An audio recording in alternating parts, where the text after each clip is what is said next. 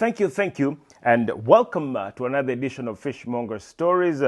My name is George, but I go by the name Fishmonger Stories. Today, I have a story from Benin. Yes, Benin is a relatively small country that's tucked in the Gulf of Guinea on the western side of Africa. Benin is neighbored by the countries of Nigeria, Togo, Burkina Faso, and Niger. Benin formerly used to be known as Dahomey, and it's a French colony, so official languages are, French, and of course the African tribes of the Fon, Bariba, Dendi, and Yoruba, and some other small tribes. The capital city of Benin is Porto Novo, which is a Portuguese word for new port. Yes, and Benin enjoys that beautiful Atlantic Ocean coastline with its neighbors of Nigeria and Togo and the other countries too. It's a big exporter of cotton and palm oil, and the national anthem which we just sang is called The Dawn of a New Day. Are you ready to hear a story from Benin? Are you ready?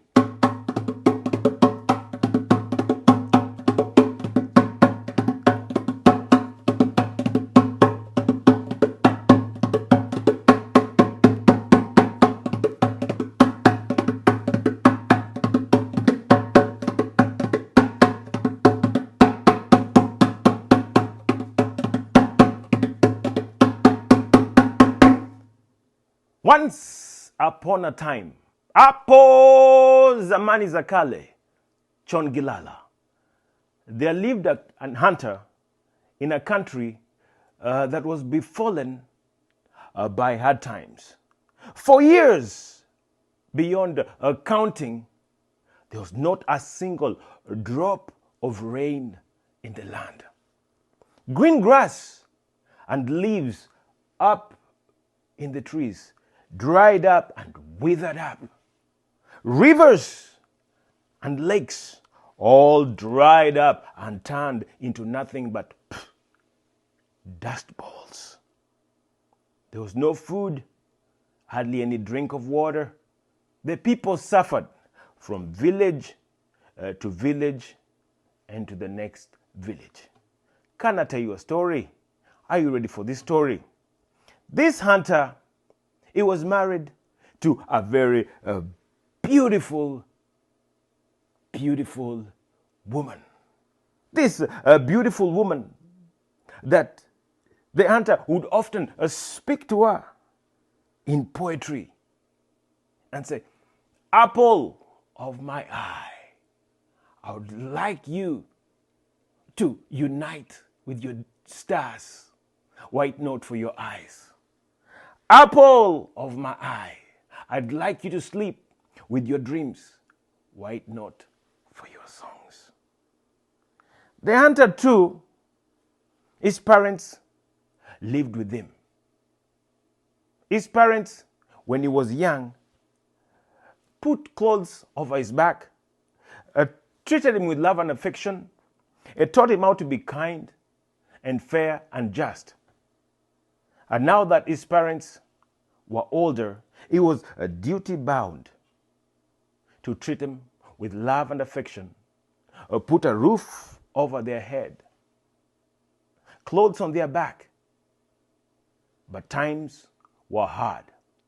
People were suffering from every village to the next village and the next village.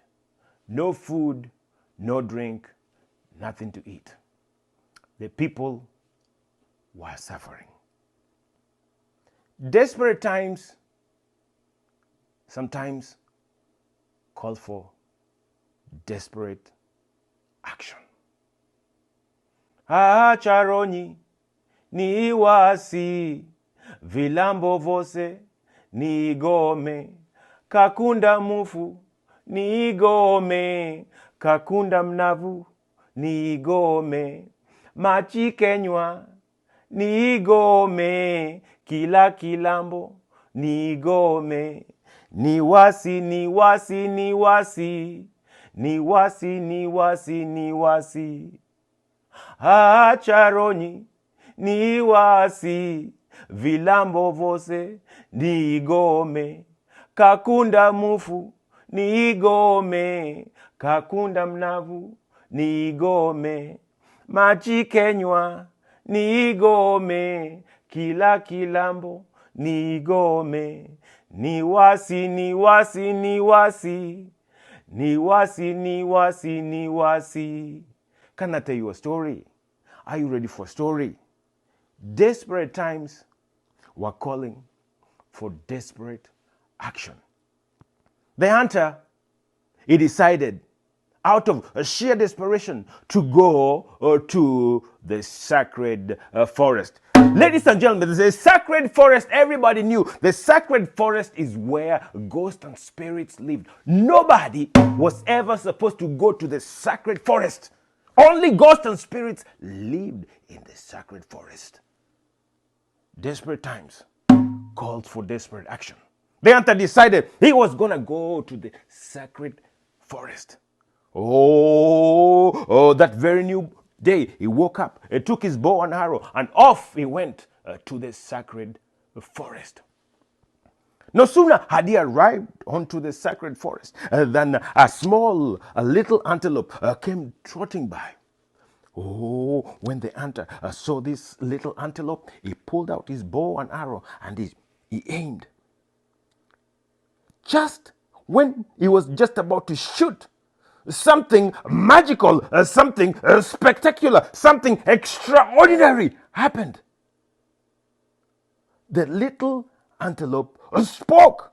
The little antelope spoke to the hunter and said, "Please, please, don't kill me, for if you do, you shall suffer for all the days of your life. But if you spare me, I'll grant you a wish. As you can see, I'm giving you a choice between a curse and a blessing. What shall you choose?" The hunter, he was baffled.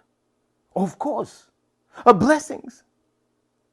"Please," said the hunter, "perhaps you could offer me 1,000 wishes." "Please, please, don't kill me, for if you do, you shall suffer for all the days of your life. But if you spare me, I'll grant you a wish. As you can see, I'm offering you a choice between a blessing and a curse. Only one wish. Only one wish," said the antelope. "But if you need more time, you can go home and think over your one wish. You can come back tomorrow, same time. I'll be here, waiting. Sir, opportunities like this come but once in a lifetime. Use it. I'll be waiting, said the antelope. And off the hunter went back home.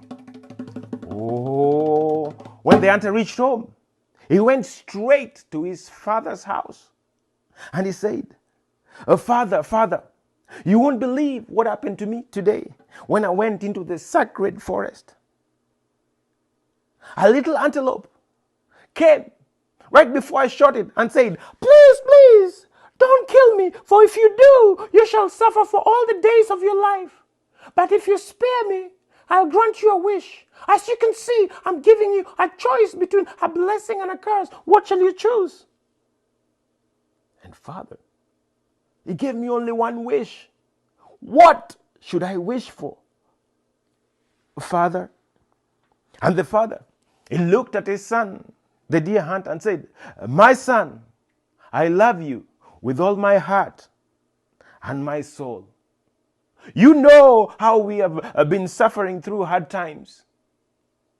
Could you perhaps ask the antelope to give us gold so we can sell gold in the marketplace and get food to eat?"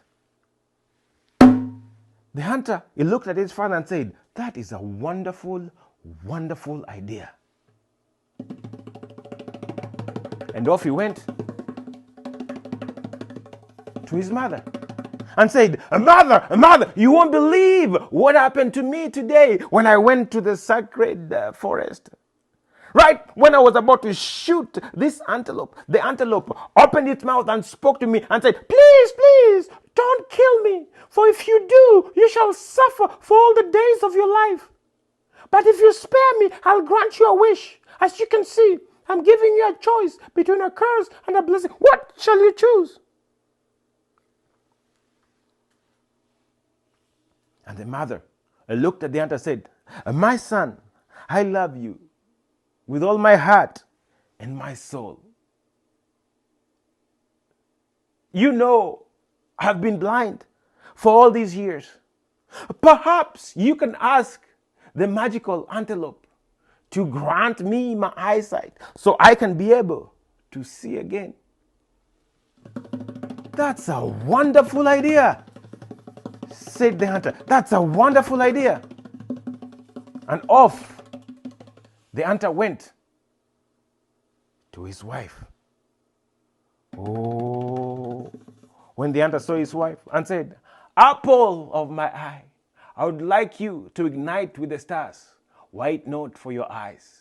Apple of my eye, I would like you to sleep with your dreams. White note for your songs. You won't believe what happened to me today. When I went into the sacred forest, right when I was about to shoot and kill this antelope, the antelope spoke to me. The antelope spoke to me and said, Please, don't kill me. For if you do, you shall suffer for all the days of your life. But if you spare me, I'll grant you a wish. As you can see, I'm giving you a choice between a curse and a blessing.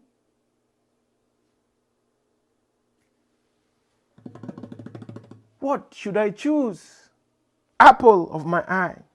What should I choose?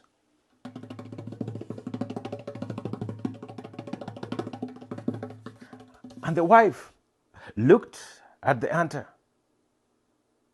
and said, I love you with all my heart and my soul. You are the apple of my eye. Perhaps when you go back tomorrow to the magical antelope, you can ask of the magical antelope to grant us the wish of children. We have tried for so many years with no luck to have any children. Perhaps the magical antelope can grant us the desire, the wish of children. Oh, when the hunter heard this, he was pleased and he said, Wonderful idea, apple of my eye, wonderful idea. That evening, the hunter was in a conundrum.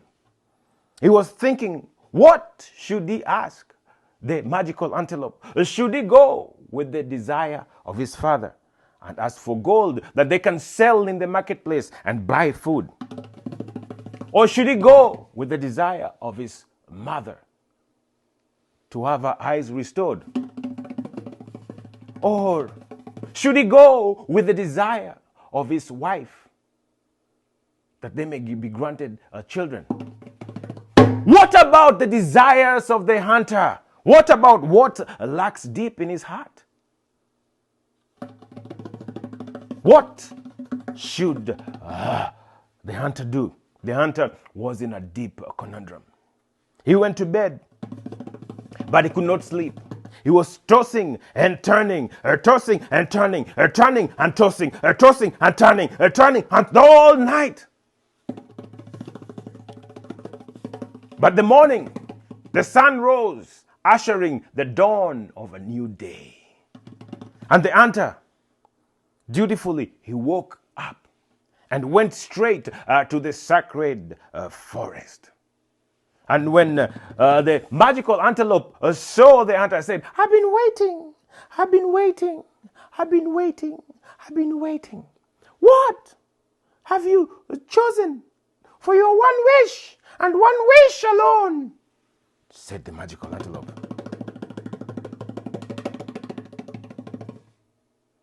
Acharoni ni wasi, vilambo vose ni gome, kakunda mufu ni gome, kakunda mnavu ni gome, machikenywa ni gome, kila kilambo ni gome, ni wasi, ni wasi, ni wasi, ni wasi, ni wasi, ni wasi, acharonyi ni wasi, vilambo vose ni gome, kakunda mufu ni gome, kakunda mnavu ni gome, machikenywa ni gome, kila kilambo ni gome, ni wasi, ni wasi, ni wasi, ni wasi, ni wasi, ni wasi. You only have one wish, and one wish alone. What shall it be? Ni wasi, ni wasi, ni wasi, ni wasi, ni wasi, ni wasi, ni wasi, ni wasi, ni wasi, ni wasi, ni wasi, ni wasi. You have only one wish, and what wish shall it be? Ni wasi, ni wasi, ni wasi.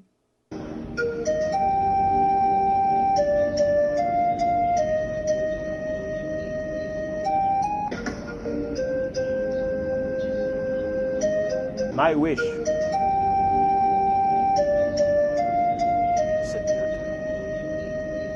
is this.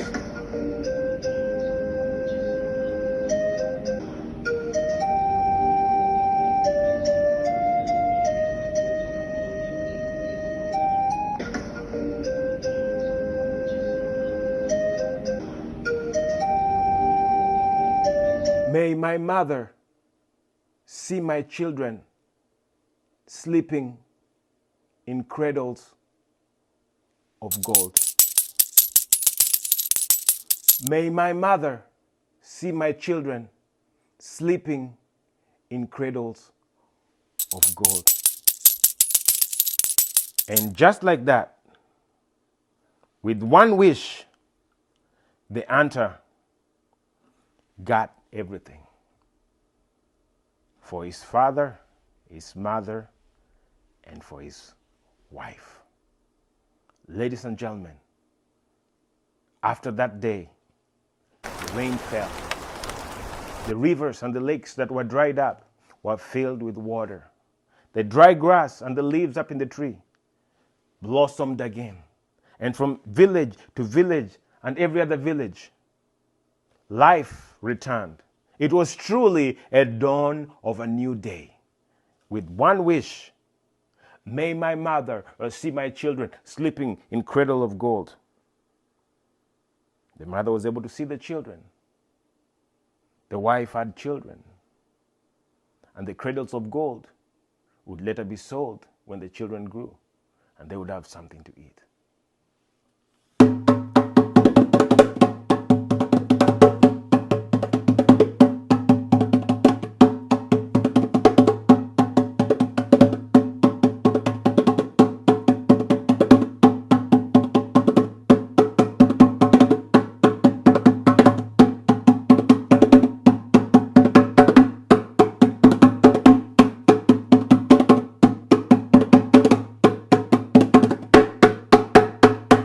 Thank you for watching. Thank you for subscribing. Thank you for dropping comments and sharing this story with anybody who could use a story that entertains, challenges, and transforms them. Until then, asante sana, obrigado, gracias, shukria, danke schön, merci beaucoup, katonda kusereke, zaijen, sheshe, fir milenge, tutinda adong arom gibao makanera. May I grow to be as tall as the tallest tree in my uncle's homestead.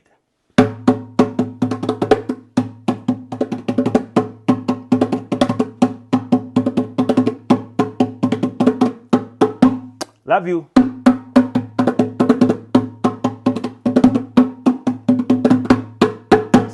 later.